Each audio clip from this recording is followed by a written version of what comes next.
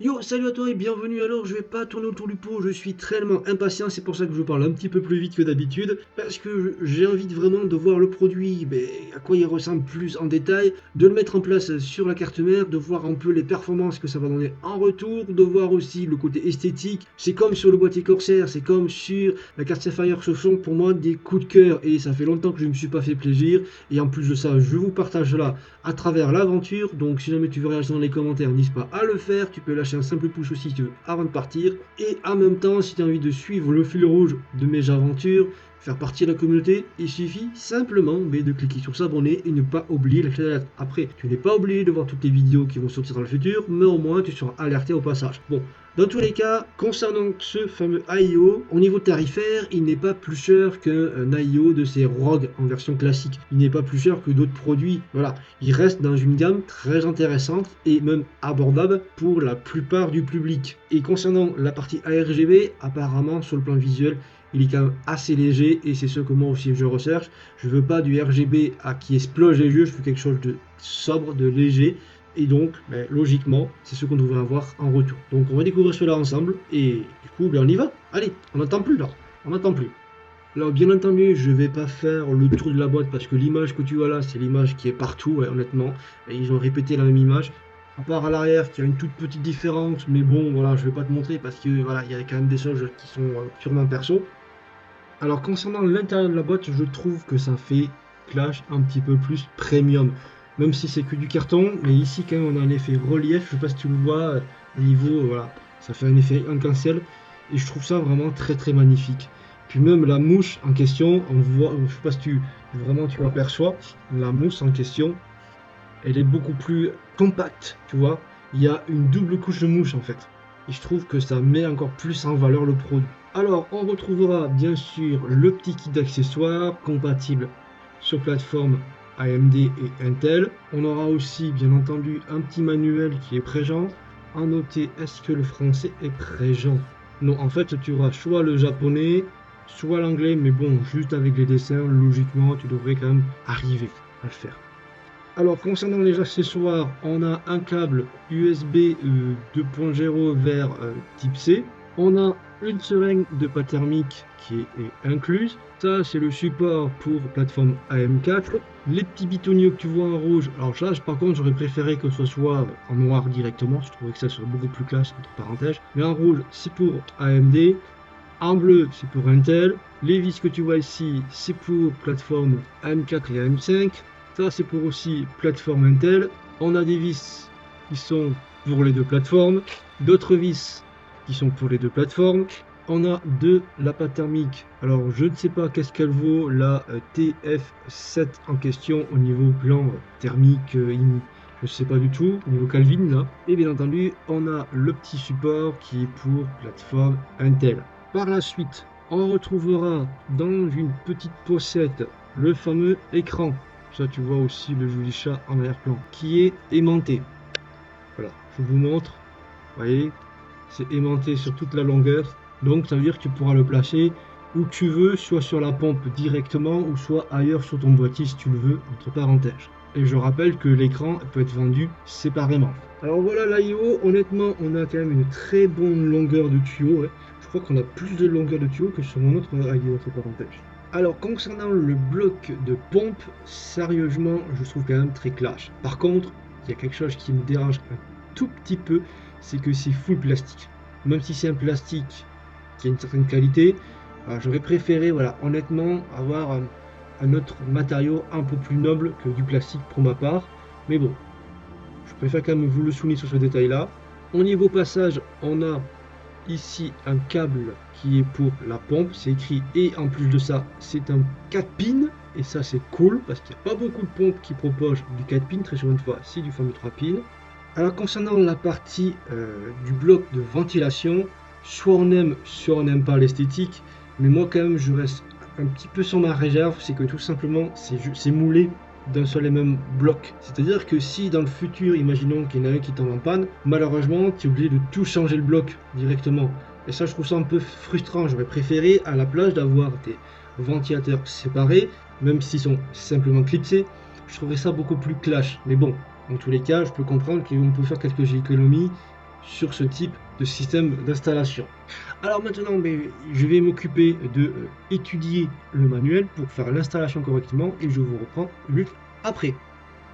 Et me revoilà après avoir fait mon installation et honnêtement, sur plateforme AMD, ça reste toujours aussi simple. Alors pour ceux qui sont sur Intel, désolé, je peux pas y répondre, c'est plutôt à vous d'en faire part dans les commentaires pour les autres et merci si vous le faites aussi. Et concernant le plan esthétique, honnêtement, désolé du gros mot, mais ça te met un putain d'effet qui est vraiment très cool. Alors, bien sûr, il y a aussi une petite note personnelle, c'est que quand j'ai mis en route cet écran-là et j'ai lâché un oh, parce que honnêtement, sans vous mentir, alors peut-être que vous ne voyez pas la même chose par rapport à la webcam en retour, mais honnêtement, les couleurs que tu vois ici, l'ambiance autour du chat, les détails au niveau des poils du chat, tout est vraiment net. Et même la luminosité, je trouve que c'est reste correct. C'est pas trop lumineux, c'est pas trop blanc non plus. C'est d'une dynamique de couleur qui est vraiment très cool. Je sais pas ce que vous en pensez. Vous pouvez en faire part dans les commentaires. Et puis, sans compter, pour ceux qui veulent avoir une petite idée de représentation de la taille de l'écran, alors j'ai un téléphone standard de ces Honor, et voilà ce que ça donne. Voilà, si je le compare, ça donne ça.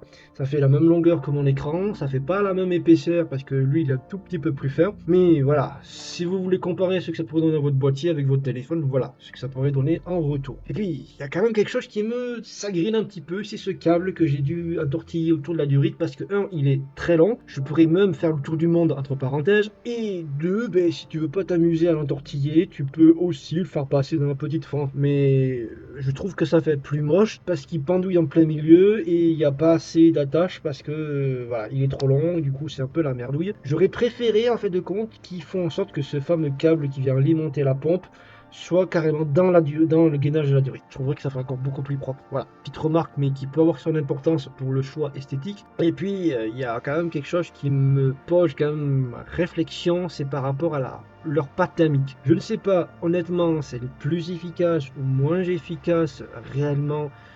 Ou alors si peut-être que je suis tombé sur un modèle peut-être un petit peu en fin de vie, c'est leur pâte thermique, la TF7. Comme tu peux le voir au niveau du CPU, je suis à 55 degrés et il n'y a que OBS qui tourne. D'accord?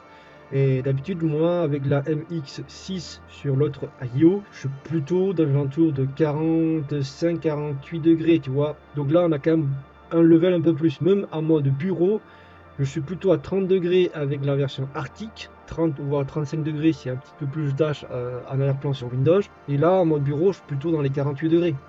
Donc je ne sais pas trop si leur pâte thermique est défectueuse ou si c'est moins efficace que la Arctic, mais je compte racheter de la Arctic pour faire le test par la suite pour voir s'il y a vraiment une différence ou pas. Vous pouvez me dire ce que vous pouvez m'apporter en plus sur cette petite lumière concernant cette pâte thermique. Et maintenant, on va se tourner sur le fameux soft. Et honnêtement, quand tu as un écran, tu as envie de pouvoir le personnaliser. Et c'est ça qui me fait vraiment plaisir. Enfin, on a un soft qui nous laisse la possibilité de mettre ce qu'on veut sur l'écran, comme j'ai fait, tu vois. Comme tu peux le voir, on a des thèmes prédéfinis. Alors, je vais pas modifier mon thème directement parce que voilà, j'ai pris énormément de temps. Tu as ensuite d'autres thèmes, c'est marqué en ligne, mais c'est des thèmes voilà, qui sont déjà prédéfinis, tu vois. Et tu peux par la suite aller choper une image ou un thème si tu veux par exemple aller lumière, mais là tu as tout ce qui est type lumière, donc ça te met un petit effet 3D,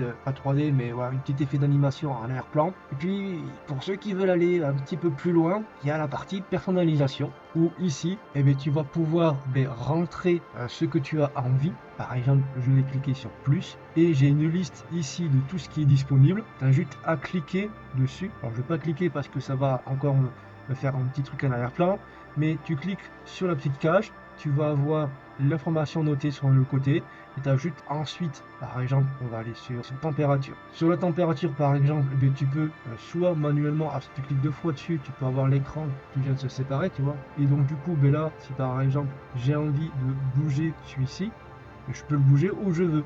Je peux, si je le veux, directement en cliquant sur le T, ici, de changer les caractères, de changer la police, le style, la taille. Ici, j'ai d'autres options proposées aussi. Donc vraiment, tu peux aller assez loin dans ce côté personnalisation. Tu as aussi la possibilité de changer la couleur. Tu peux le nommer, tu nommes ici le titre en question par exemple. Tu peux, si tu veux, masquer tout simplement la couche. En fait, c'est l'animation que tu vas avoir derrière-plan. Si tu veux pas la voir, tu vois, si je l'active, j'ai l'animation de par défaut, donc ça c'est le thème que j'avais pris mais je ne veux pas l'avoir, donc du coup ben, voilà, je le masque. Ça je trouve vraiment cool qu'on a cette option là. Tu peux mettre des images, tu peux mettre des petites vidéos, tu peux mettre un lecteur de vidéos, une vidéo en fait qui va tourner en boucle. Tu peux aussi enregistrer directement ton thème, tu peux changer l'orientation, tu vois ça a changé sur l'écran. Et je trouve que le temps de réponse est quand même très court. Il peut y avoir un tout petit peu de délai quand il y a un chargement d'une vidéo par exemple, ou d'un GIF, mais ça reste très cool. Ensuite, ici, juste au-dessus, tu vas pouvoir retrouver les sondes de température. Et tu vas pouvoir aussi, si par exemple il y a une erreur quelque part, tu peux cliquer sur les trois petits points et tu as toute la liste de toutes les sondes que tu as sur ta config. Et c'est rangé comme il faut. Tu vois, ici, c'est toutes les valeurs de température. Tu vois comment c'est rangé. Je trouve que c'est vraiment cool. Et puis tu as même, tu vois, tu peux mettre même si tu veux les erreurs de Windows, si tu veux envie de les voir. Et tu peux ajouter d'autres options en plus ici, que juste pareil, tu cliques sur la cage, tu marques ce que tu veux ici, et puis ainsi de suite, voilà. Donc, on comprend un petit peu l'idée.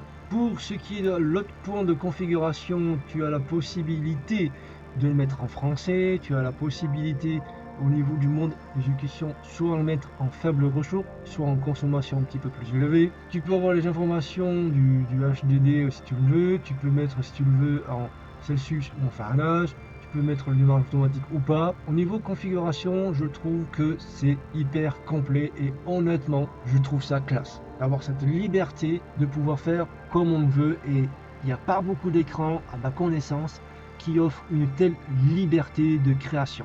Bon, il est temps de conclure. Honnêtement, moi de mon côté, je le valide sans aucun problème. Seul temps pour me dire si je me suis planté ou pas sur ce modèle-là en question. Sache que toi aussi, si tu recherches de la liberté au niveau créativité et aussi du RGB un peu plus sobre, un peu plus discret, je pense qu'il va aussi te plaire au passage. A noter qu'il existe aussi le modèle blanc que tu peux retrouver assez facilement. Pour ceux qui veulent juste avoir l'écran, sachez que vous pouvez le retrouver sur l'Express pour environ une moyenne de 15 balles. Et puis, concernant sa grille tarifaire, honnêtement, j'aurais pu faire quelques petits efforts par-ci par-là pour avoir un bon 10 sur 10. Alors, c'est juste des petits détails comme par exemple faire passer le câble de la pompe dans le gainage de la durite. Déjà ça serait vraiment une très bonne idée. Ensuite, ce que je veux dire en plus, c'est juste purement de l'esthétique, mais d'avoir un monobloc au niveau ventilateur, je trouve pas ça très écologique pour ma part. Je peux comprendre l'idée, voilà, pour avoir qu'un seul fil à la fin, mais il existe aujourd'hui des ventilateurs qui sont clipsables et qui aussi te proposent tout simplement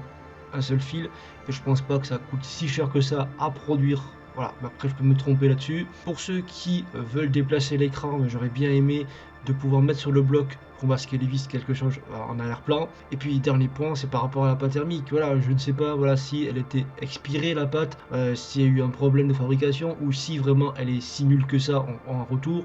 J'en sais rien, mais dans tous les cas, je la mets dans la note qui fait que en finale, je mets une note de 8 sur 10. J'espère que ça vous a plu et n'hésite pas à venir rejoindre le club et même aller faire un tour dans la playlist si jamais tu veux d'autres aventures et reste toujours curieux. Bye bye à toi.